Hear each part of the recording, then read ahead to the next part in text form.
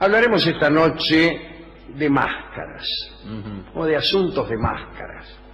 Cuenta nuestro amigo el historiador Turner, que es autor de Historia de la Galantería, que allá entre fines del siglo XVIII y fines del XIX,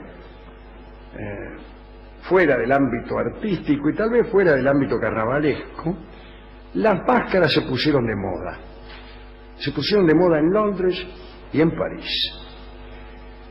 Parece que las damas nobles empezaron a ponerse máscaras en el teatro, ocultaban sus rostros para que no se las viera sonrojarse ante los gestos y los decires osados o picantes de los actores.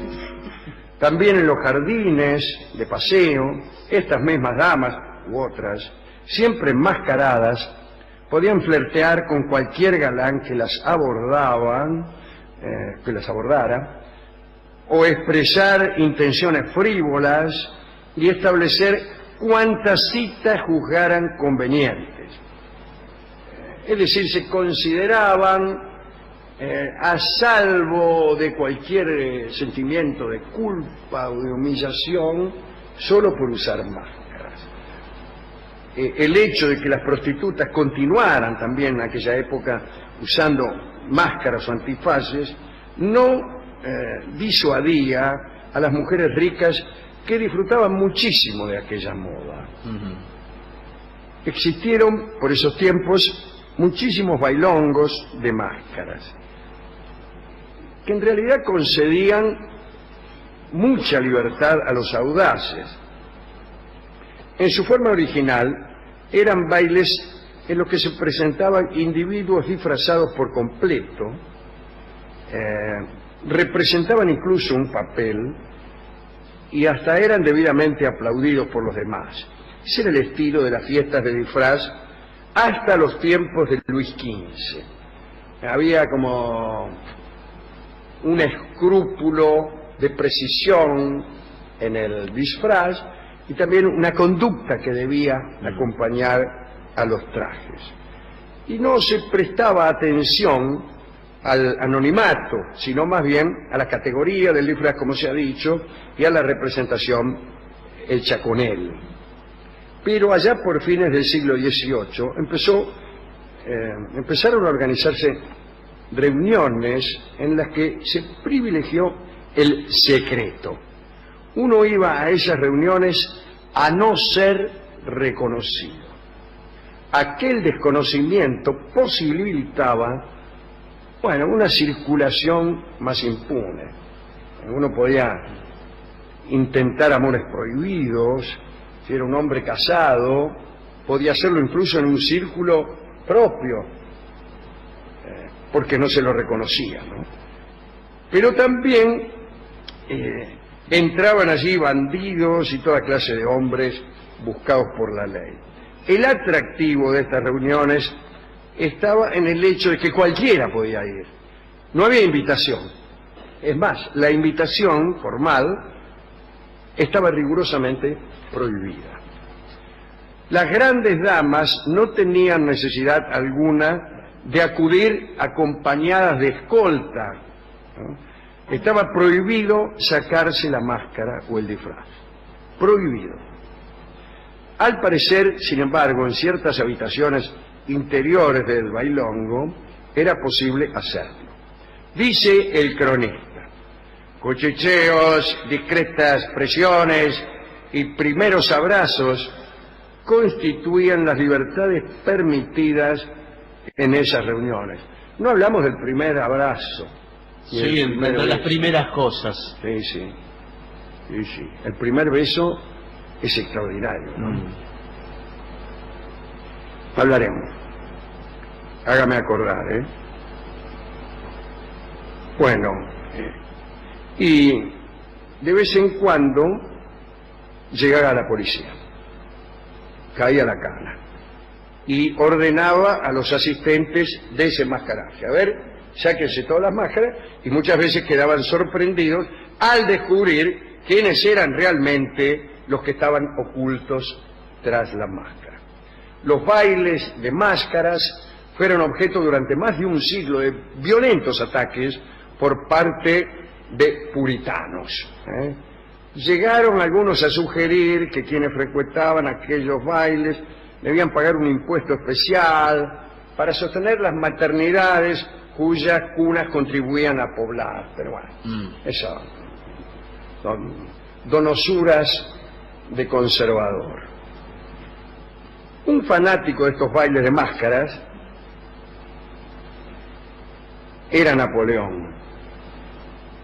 Le resultaba, sin embargo, difícil pasar inadvertido, lo cual muchas veces necesitaba para disfrutar tranquilo de alguna aventura amorosa. Voy a contar una historia que hemos contado aquí muchas veces y que la cuenta Constant, el ayuda de cámara de Napoleón, que escribió un libro de memorias con episodios muy graciosos. Una tarde Napoleón lo llamó a Constant y le dijo que a la noche iría a bailar a una fiesta de disfraces que se hacía en la casa de un tal Marescalchi. Le pidió a Constant que le preguntara, o mejor dicho, que no le preguntara nada. Le pidió que le preparara unos trajes a su criterio. Dice, elegí el traje que más te gusta y prepáramelo. Y escribe Constant: lo arreglé lo mejor que pude con un disfraz negro y me esforcé en dejarlo completamente irreconocible. Todo iba perfectamente, a pesar de las numerosas observaciones formuladas por el emperador acerca de la ridiculez del disfraz de dominó. Bien, esto dice Constant. Parece que Napoleón, bastante entusiasmado, se fue al baile solo con Constant para evitar que lo reconociera. Sí, no ¿qué llevó le parece? la custodia, qué sé yo, el séquito, Sí. los alcauciles de allá, los manjarejas de acá. Fue con Constant. Una vez allí, encaró directamente a una enmascarada, quiso iniciar un asunto, pero ante la primera pregunta que formuló, le respondieron: no gracias, emperador. Tanto se le notaba. Tanto se le notaba. Decepcionado, volvió junto a Constant, que solo tenía una máscara, Constant, ¿no? Salieron los dos del baile y fueron a cambiarse. Al rato volvieron. Constant le recomendó que llevara los brazos sueltos a los costados. Napoleón estaba disfrazado de capuchino. Aceptó la recomendación. Entró contento y fue derecho viejo a una amazona. Apenas se le acercó, oyó: Alteza, estáis reconocido. Amargado, notó que la gente se alejaba sutil y respetuosamente para dejarle lugar. Entonces habló otra vez con Constant y decidieron volver a las Tullerías por un tercer traje. Napoleón se prometió prestar atención a los gestos y a su postura.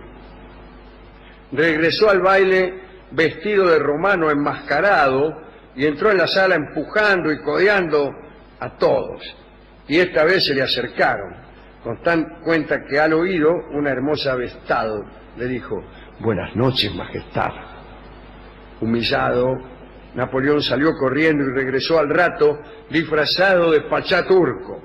En cuanto apareció en la sala, todos los asistentes se levantaron y exclamaron: ¡viva el emperador! No, señor, así no se puede. Entonces, derrotado, Napoleón fue a ponerse su uniforme y regresó a sus aposentos, furioso por no haber sabido disfrazarse como todo el mundo.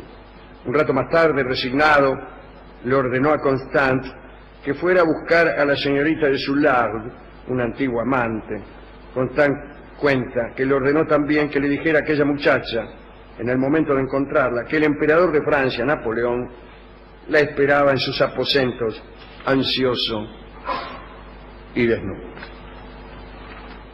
Algunos años antes de este episodio, sucedió otro en que el anonimato funcionó. En una fiesta, el sueco Axel Fersen, embajador de Suecia en Francia, conoció a la reina María Antonieta. Ella quedó bastante deslumbrada. Tiempo después de la fiesta en que María Antonieta había conocido a Fersen, hubo un baile de máscaras en el que, bueno, aparecieron todos los personajes importantes de la corte. Hasta allí fue Fersen quien inició una conversación galante con una muchacha. En un momento entusiasmado la quiso arrastrar a un pasillo, pero pronto se dio cuenta de que había un círculo de hombres a su alrededor. Fersen se corrió preocupado. La misteriosa muchacha saludó con la cabeza y se alejó hacia un primer piso, donde no tardó en aparecer en el palco real. Fersen supo entonces que le había dicho María Antonieta algunas imprudencias. Se retiró de la fiesta, se retiró de Francia y no volvió hasta un tiempo después. Y cuando volvió fue Fersen el que trató de salvar a la reina de la guillotina con el desarrollo del famoso plan de fuga de Varenne. Como sabemos, no pudo. En realidad, Fersen se había enamorado de esta chica. A veces decimos aquí que tal vez nuestro verdadero rostro no es el que está más adentro, sino el que está más afuera. Algunos piensan que para encontrar a la verdadera persona hay que ir sacando una máscara tras otra hasta encontrar el suelo, la verdadera cara, el último rostro, que es el que va a revelar, anda a saber qué. Lo verdadero está en el interior. Yo preferiría jugar esta noche con la verdad opuesta, y es que nuestro verdadero rostro es el que mostramos a los demás, el que damos a los demás, el que permitimos que el mundo conozca. Ese es nuestro verdadero rostro, el que opera, el que emociona a los demás, el que nuestro hijo reconoce como el nuestro, el que nuestra novia reconoce como nuestro y ama, el que enciende la pasión en quien venga a amarnos. Ese es nuestro verdadero rostro. Y lo es justamente, es verdadero y es nuestro, porque es el que nos distingue de los demás y el que nos permite ser reconocidos. Y el que tenemos allá adentro, allá donde nadie ve, ¿qué sabemos cuál es? ¿Qué sabemos si existe? Y en todo caso, ¿existe para quién? ¿Para el último Dios allá en el pleroma de los gnósticos? No, tenemos el rostro para ofrecerlo, para darlo en ofrenda a los demás, y no para guardarlo en el fondo. Andá a saber de qué sucesión de mascaritas. Me gusta mucho esto que acabo, no digo ni siquiera de inventar, que acabo de decir. Hemos ido a la discoteca y el discotecario dijo, bueno, después de todo acá el asunto es el carnaval, las máscaras son de carnaval, no me importa nada de lo que usted dice. Bueno, no siempre, pero bueno, puede ser. Respecto a la impunidad que nos da el ponernos un disfraz, está bueno. Sí, está bueno. Sí, está bueno, está bueno. Toma las propiedades de la máscara que lleva puesta, empieza a actuar. A menos que se ponga la máscara de uno mismo, vio que también eso es fantástico. En algún momento se había dicho que en el año 2001 el ministro Cavallo se había escapado de su casa con una máscara de caballo. Ajá. Nunca se confirmó eso, pero es probable. Nunca se confirmó, pero hay cosas mucho más sorprendentes que ha hecho el ministro Cavallo, e igualmente desatinadas. Pero ha sido una decisión bastante inteligente. ¿Se acuerda? Que estaba todo tomada la calle alrededor de su casa. Qué sé yo. Sí, bueno. Tampoco es esa la manera. Bien. Señores, vamos a escuchar este curioso tango que tiene mucho encanto. Lo escucharemos en la voz de Mercedes Simone y se llama No sé. Carnaval de mi barrio.